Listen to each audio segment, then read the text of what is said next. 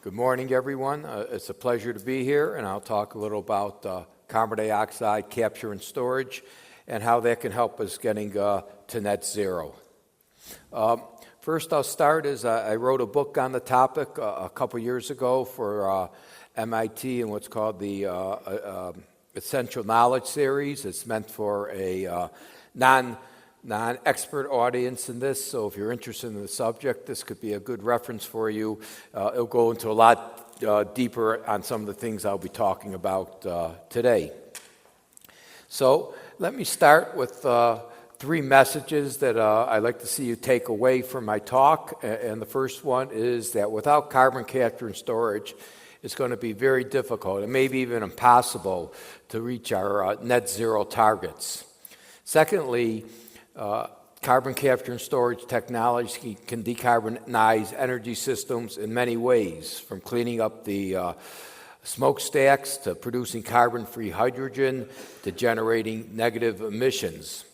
And finally, since it's always cheaper to emit the carbon dioxide that comes out of our smokestacks into the atmosphere than to capture and store it, in order to see deployment, we're going to need policy to create markets for carbon capture and storage. And this isn't much different than a lot of the other low-carbon technologies that people are talking about.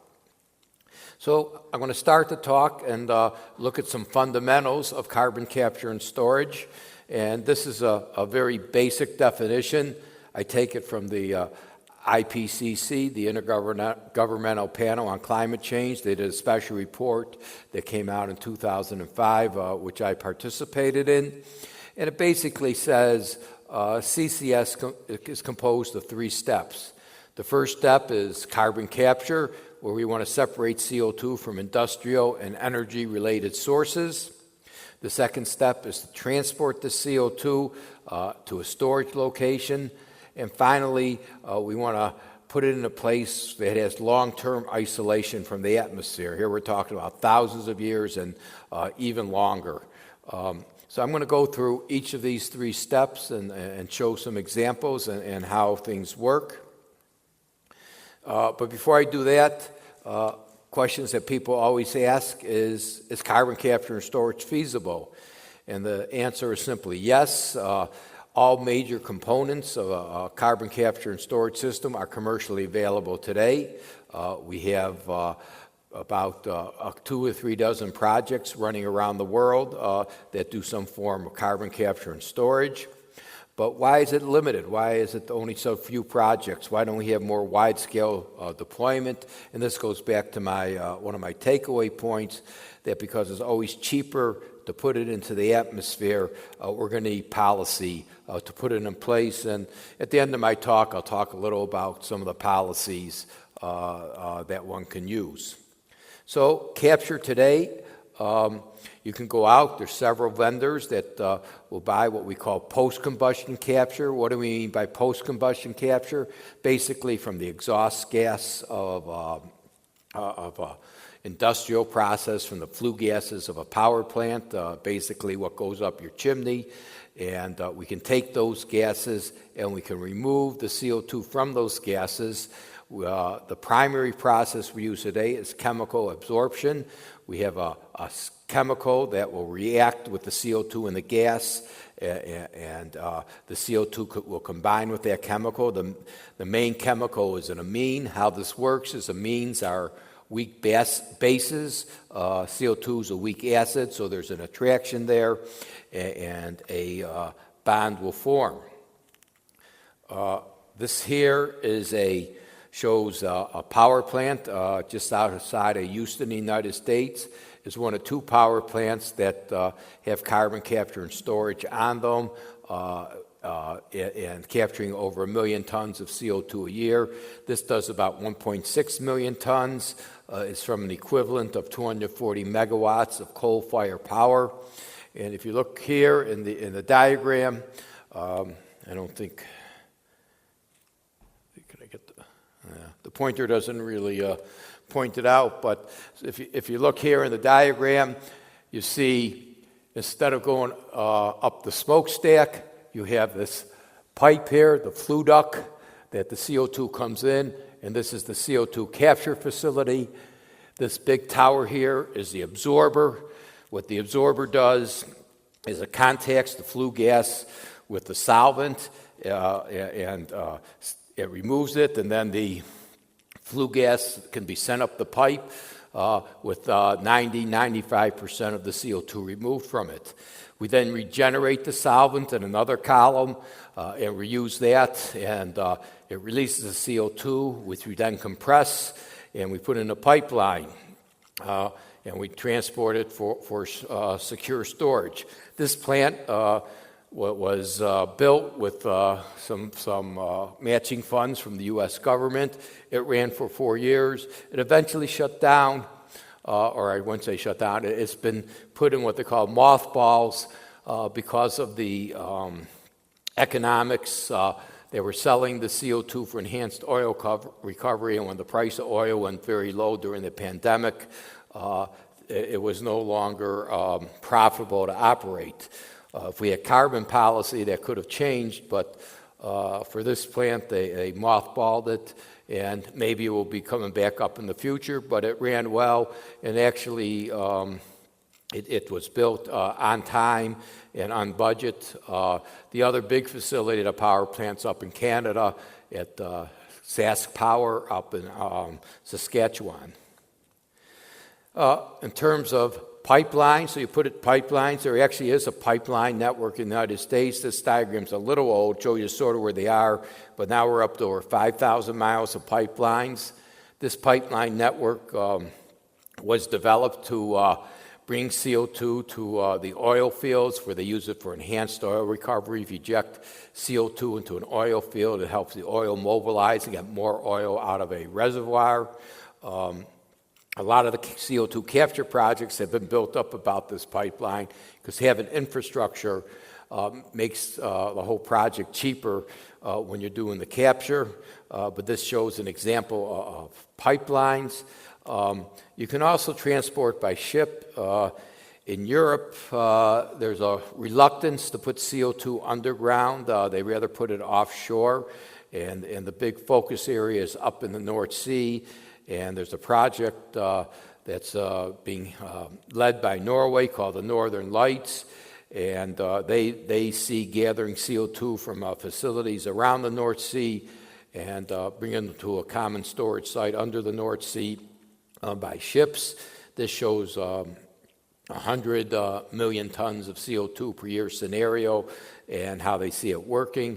Right now, what they're doing is there's 3 plants in Norway that are going to be the first plants developed to dispose the CO2 this way. One of them is a cement plant. Another is a waste-to-energy plant. And so that project is underway. Once again, why are they doing it? Because it's cheaper to put in the atmosphere. Well, the Norwegian government is heavily subsidizing this project. And the good news is once the infrastructure gets set up, then it gets cheaper to put additional sources into the system. Well, now that we got the CO2, we're going to store it. And the main place we store it is geologic formations. And there's 3 main types of formations today. Basically, 2 of them associated with hydrocarbon recovery, either in active oil fields for use in enhanced oil recovery or in depleted oil and gas reservoirs. So the oil and gas reservoirs held, say, natural gas for millions of years, and we can put CO2 in those reservoirs once the natural gas has been taken out. But the real big targets are these deep saline formations, sometimes called saline aquifers, and they're pretty ubiquitous around the world, and they have thousands of gigatons of storage for CO2. The world puts out about 40 gigatons of CO2 a year from energy systems, so you see it has about 200 years of those formations. We put it below 800 meters. Why do we do this? That keeps CO2 in a dense phase, more like a liquid. And other formations are being investigated to help expand the potential. One big one, there's a project up in Iceland putting it into what they call mafic rocks, basically volcanic type of rocks. And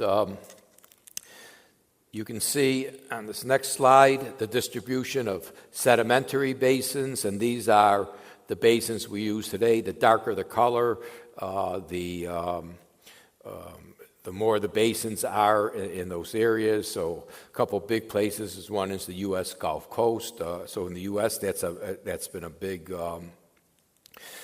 target. But you can see they're around the world. Some places are better than others. Countries like Japan, even India, do not have such good resources locally, but most countries do. And so this is where the initial targets will be looking. So that's sort of the fundamentals, but what type of industries will we apply carbon capture and storage to? Well, originally, when I first started working in this area a little over 30 years ago, baseload power was the primary target. The energy systems were quite different back then. In most countries, United States and a lot of countries here in Europe, coal was king. They provided the bulk of the energy. Coal also provides much carbon dioxide, so the idea was to put CCS on coal-fired power plants. And for most of the 1990s, that's where the real focus was. Well, times have changed. Natural gas has competed very well with coal. Lots of coal plants have closed in the West. Little different situation in India and China still. But in the Western countries, we've added new focuses. And then there's three main areas. One is in industry. Another is in hydrogen production. And when you make hydrogen using CCS with natural gas, they call that blue hydrogen as opposed to green hydrogen.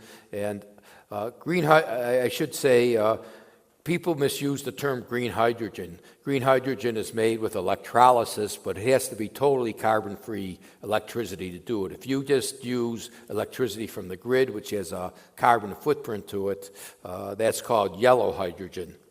And finally, negative emissions. The last 2 or 3 years, negative emissions has become a very major topic. And so I'm going to go through all three of these types of applications. So let me start with industry. It's about 20% of global emissions from industry. Two of the leading industries are cement and iron and steel.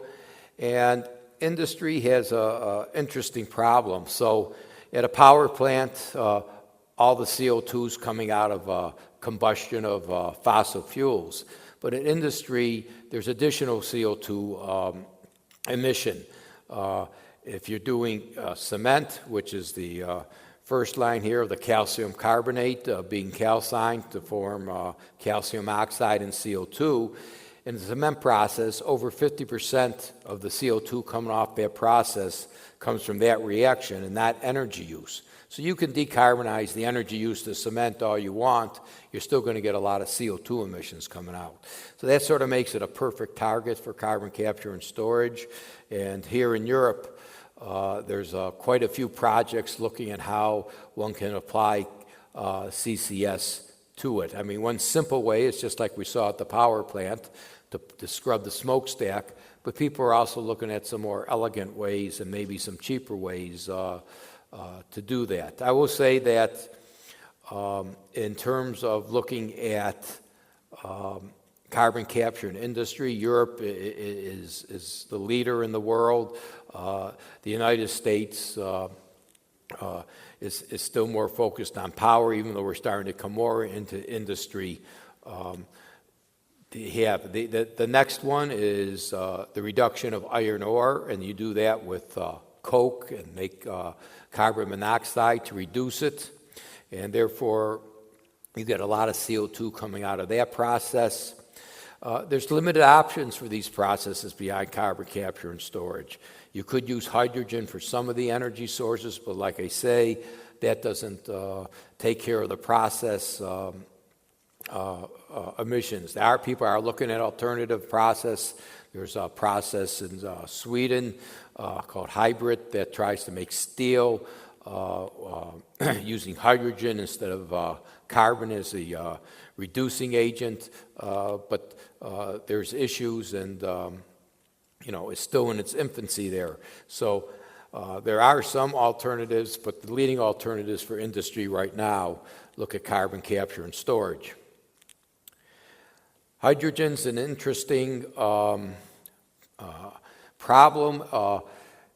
Electricity is our main energy carrier now, but if we want to decarbonize our energy systems, electricity is not. You're not going to be able to electrify everything. There's certain things that are difficult to electrify.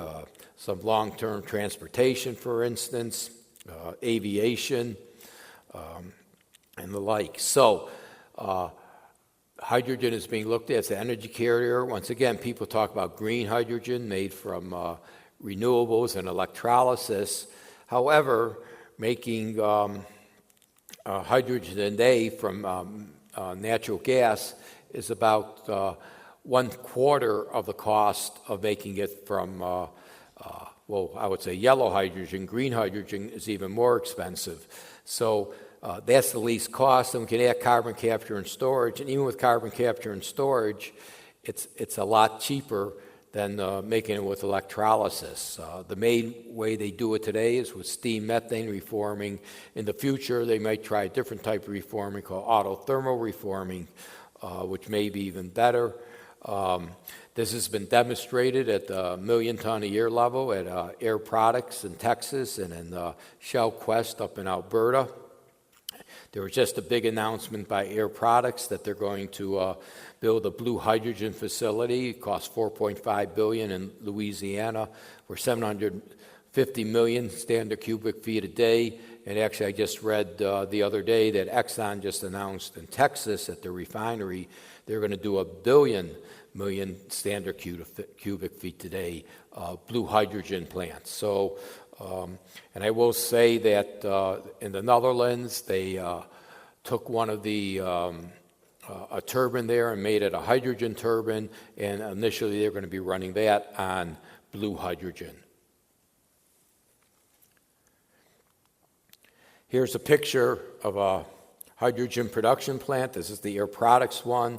If you see the towers on the left-hand side of the screen there, those are the CO2 capture. This does not use amines. This uses something called vacuum swing absorption. And they can do that because in a smokestack, the CO2 comes out at atmospheric pressure. Here, they're capturing it from a pressurized stream, and you can use some other capture techniques that are a little less expensive than using the amines. But once again, this is 1 million tons of CO2, demonstrating the feasibility of the product. The last application I want to talk about are negative emissions. Sometimes this is called CDR, carbon dioxide removal, as opposed to CCS. There's lots of ways to do it. Some are biological, some are chemical. Some involve carbon capture and storage, and others don't. I won't go through the whole list, but the last two are the ones that deal with carbon capture and storage. There's bioenergy, which is the removal of CO2 from the air by plants, the combustion of the biomass to produce energy and CO2, and the CO2 is captured, put in the ground.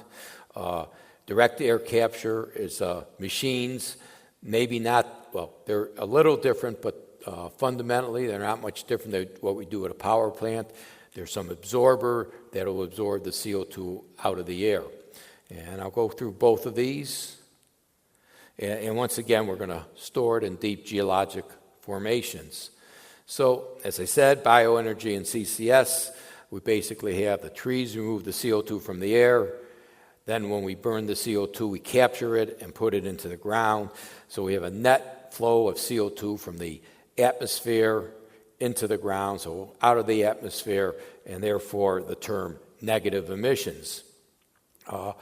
It's very interesting when you do the economics on this that the carbon in the trees are worth more than the electricity you produce. This is when you get into what I would call a net zero world, when your carbon prices are high. The European trading system almost at 100 euros per ton. When you start getting into levels like that, then the negative emissions start being worth quite a bit of money. Of course, we don't have the policy in place to get paid for negative emissions today, but I think that will change. In England, there's a big power station called the Drax Power Station. It has 2.6 gigawatts of bioelectricity. It's operating a small CO2 capture pilot now, and their plans are to capture all the CO2 coming out of that plant and creating negative emissions with it. So they want to be the first major negative emissions plant using bioenergy. I'm going to spend a little bit of time on direct air capture because that's got a lot of press lately. And so I think it's interesting to learn a little more. And of course, a lot of this is from Climeworks, a Swiss company who has a plant that's operating now up in Iceland. So first let me say there's no question that it's technically feasible because we're doing this today. And in fact, we've been capturing CO2 out of the air for a long time. On spacecraft and submarines, you have to do this so you have the life support systems. Too much CO2 in those areas are not good for the inhabitants. So the real question here is cost, and the only way you can buy negative emissions from direct air capture today is go to Climeworks website, which is here, and that's $1,200 per ton of CO2. So that's pretty much, it's a big number. It's over 1,000 euros per ton of CO2, and as I said, the European trading system didn't quite make it to 100 euros per ton, so it's 10 times the maximum number we've seen from the European trading system. Of course, they have very good marketing. They don't talk about $1,200 per ton. They talk about things like $60 per month. But when you do the arithmetic on the cost and the amount, you get $1,200 per ton. This is what their system looks like. Well, this is a previous version. The new one in Norway looks a little different. But this unit here does 900 tons of CO2 a year. You can see it's the size. If you wanted to do, I showed you the picture at the power plant of that CCS plant there, that did 1.6 million. You would need 1,800 of these to do to do the same number we did at that power plant. So why is this? Well, first let me just say, the reason is the CO2 concentration in the air is very small. And because of this, there's two non-negotiable challenges. You have to process large amounts of air because there's only so much CO2 in the air, and it's going to take significant amounts of energy to remove it from the air. And I'll look at both of these. You can calculate exactly how big your absorbers have to be, what we call the cross-sectional area. If we go back here, you can see that the fans, that's sort of going through the depth, the cross-sectional area. You add up all the area where those fans are in those boxes that you have. So if you know how much CO2 is in the air, basically 410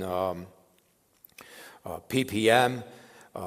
You know how fast you put the air through with these absorbers. They're on the order of 1 to 5 meters per second. If you know what percent of the CO2 you take out of the air, you can calculate that cross-sectional area for an absorber.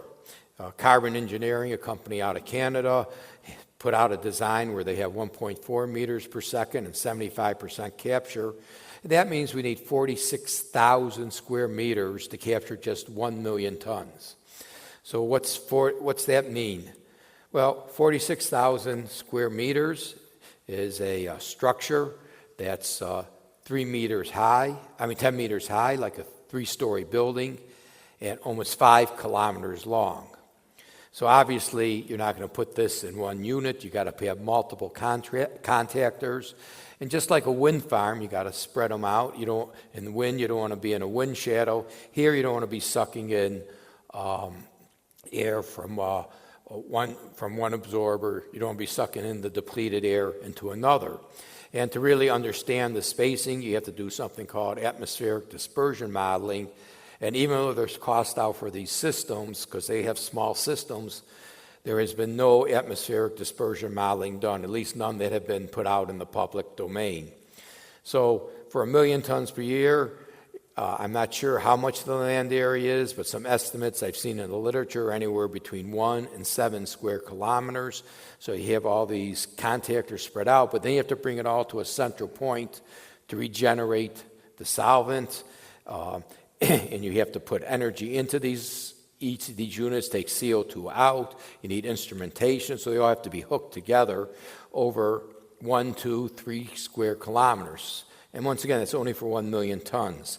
So this is a very big challenge. You could do it, but you could see why these things are going to be costly. Energy requirements, and this is another important thing. You have to use very low or zero carbon sources. And why is that?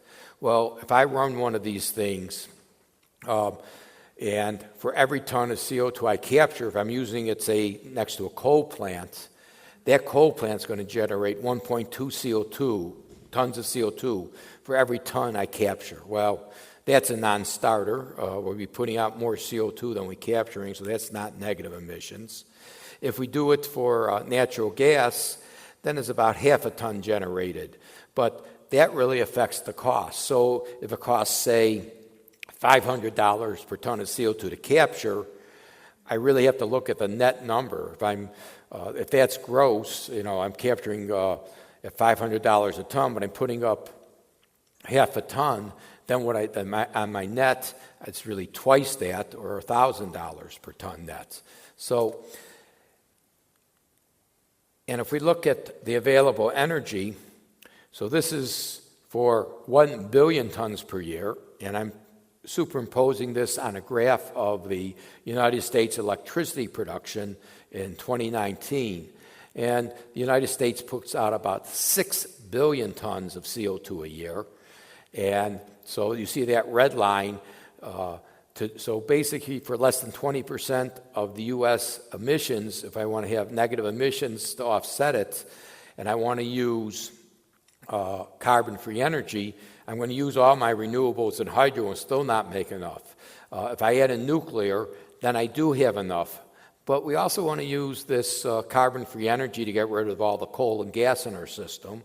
We also want to use this carbon-free energy to put into our electric vehicles. We also want to use this carbon-free electricity to put into the heat pumps of our house, so we don't have to put natural gases in our house.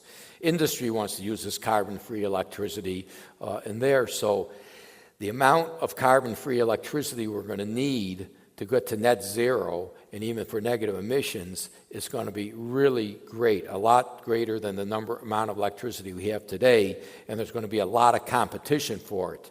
So people look at, say, oh, they're selling solar in Texas for $20 a megawatt hour. That's really cheap. Well, when everybody wants carbon-free electricity, it's no longer going to be $20 per megawatt hour. So let's look at cost and deployment. So this is CCS over the year. I go back to the 1990s, and this graph has been normalized to 1 in the year 2010. And I use 3 indicators. There's a big meeting held every 2 years on carbon capture and storage. The next meeting is actually going to be in Lyon, France, the last week of October. Before the COVID, we were getting about 1,500 people to the meeting. I expect we may hit 2,000 people there this year. The red numbers are a consortium I had at MIT, the members in that consortium, and the blue dots are from the Global GCS Institute on projects in the pipeline. And you can see we peaked out about 2010 and then declined. So what happened in 2010? Basically, climate policy collapsed in the world as well as the United States. When Obama got elected in the United States, and there was bills in Congress for a cap-and-trade system, he first went to health care and spent all his political capital there, and there was no way he was going to get a climate bill through Congress. That was the same, 2009 was the same year as Copenhagen.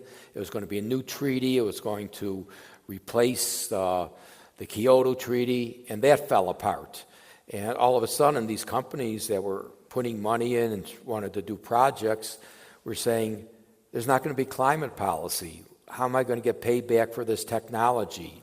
And for the next 10 years or so, we went into decline. That changed 3 or 4 years ago, and there's been a significant rise in the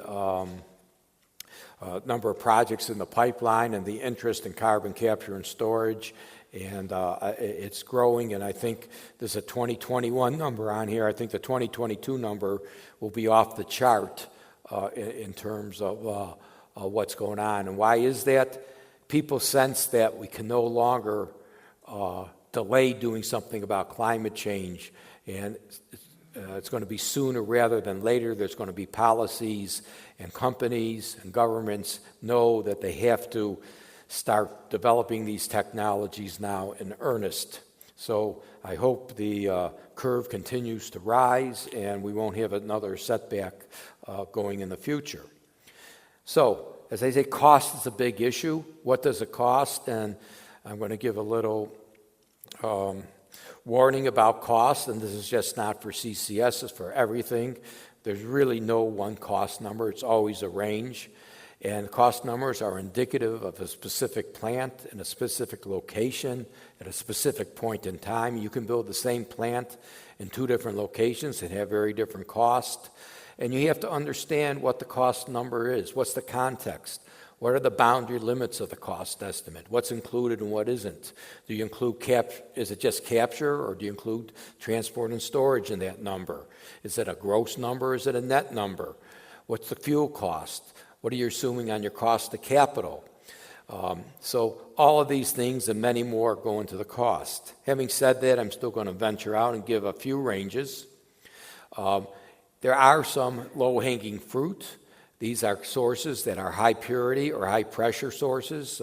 These are like ammonia or ethanol. And you can do this for under $50 a ton of CO2 avoided. When I say avoided, that means I'm using net amount of CO2 captured. From dilute sources, which covers power plants and a lot of our industrial plants, the range is $50 to $100. I will say building the first plants today may be a little higher because you have first mover cost, but once we get a number of these plants built, this will be the range we expect. In terms of negative emissions, we think you can do bioenergy with CCS on a large scale on around $200 per ton avoided. And as I say, right now, direct air capture is about $1,000. There are people that claim you can maybe get it down to $100 to $300. I don't believe it. Maybe you can get it down to $600, but it's still going to be expensive. But there still may be options for it at $600 because there's some things like getting fossil fuels off an airplane, maybe significantly more than $600 a ton.